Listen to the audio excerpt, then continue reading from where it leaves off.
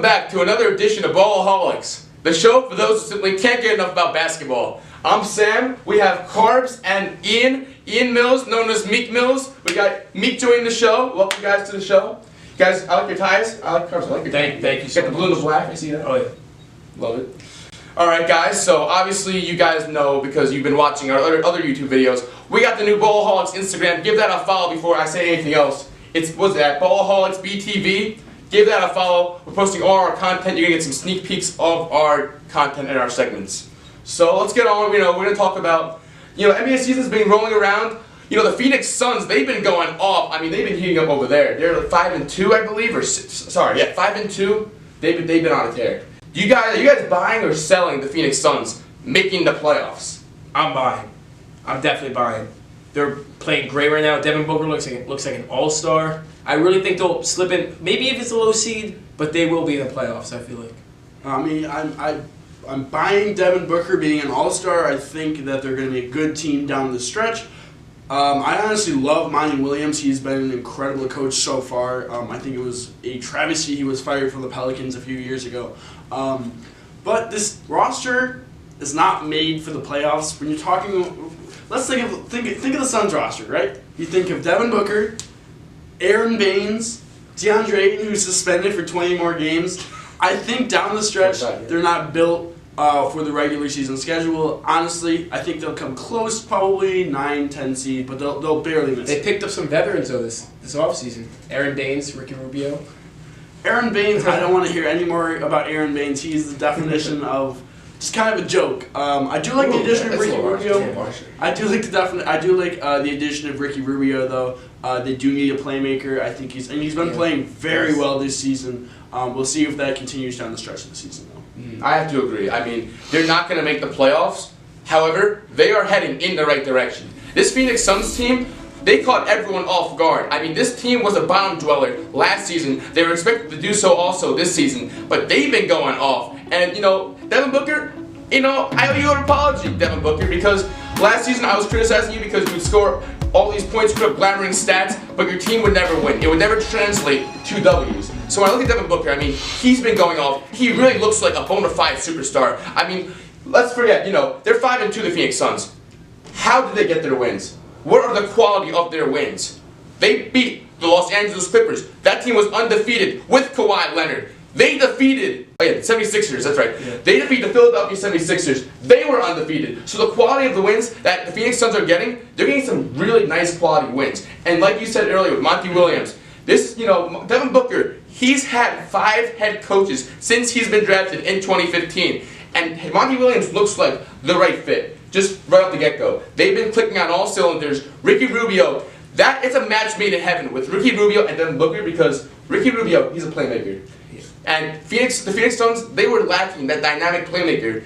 And because Devin Booker, phenomenal player, not taking anything away from him. He can shoot the lights out in the gym.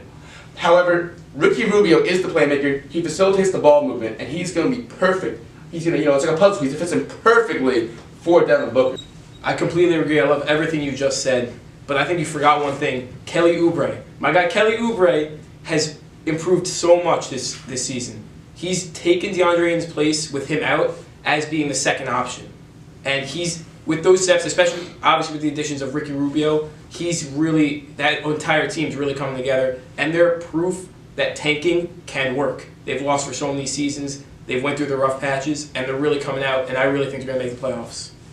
What I'm looking forward to down the stretch of this year is we look at like those teams that were tanking a few years ago and now are on the bubble. I'm wondering who gets a better record and who makes the playoffs, the Mavs or the Suns. I mean, DeAndre Ayton versus Luka Doncic. Obviously, DeAndre Ayton hasn't been played that much, and Luka Doncic has showed that he's been the better player, at least so far this season. Or not this season, but at least through the careers. But that's one of the things I'm looking at. It's like you have a few teams that are on the bubble, and I'm just wondering if the Suns are really better than the team. I know the Kings will struggle, but better than teams like the Kings, better than teams like the Mavs. Like down the stretch, that's gonna be something you're really unsure about. And you mentioned the win against the Sixers, that was without Joel Embiid. It's early. It's a little too early to tell. Let me say this to me. Let me tell you this, okay? Listen, the 2 losses they've had were the playoff teams. They lost to the Nuggets, one of them. Yeah. And with this team, guess what?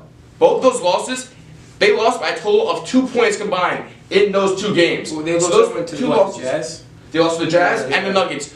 A combined loss of 2 points. And they've beaten playoff proven teams like the Los Angeles Clippers. So when you look at the Phoenix Suns, they're looking very promising. The reason why I don't have them making the playoffs is because of the depth. It's not sustainable. It's not sustainable, Devin Booker. I'm sorry to tell you. I'm sorry.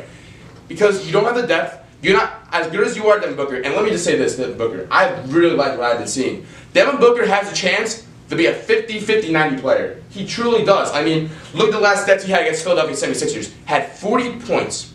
Shot 15 for 19 against 76ers. He's averaging 26 points, 5 assists, and he's shooting 50% from the three-point line, along with 53% from the field. So he has the 50-50-90 mentality with him.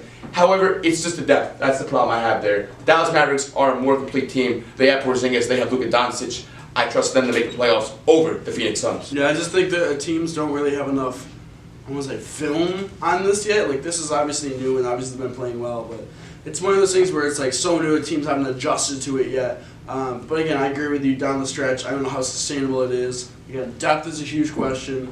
Any kind of leadership on the team, obviously, at Ricky Rubio, he's a veteran, but I don't like. I still, again, I have a lot of questions about them. As I mentioned earlier, I don't think they're better really than the Mavs or the Kings. So down the stretch, I think that hurts them. I just really believe that they're 5-2 right now without DeAndre. Like, obviously they won that first game with him, but without him, that's their second best player. I mean, arguably the best. Devin Booker obviously is playing amazing, so you could easily consider him the best. But Mavericks have proven themselves, and it's hard to compare those two. I do believe Mavericks are better than the Suns, and we will have to see.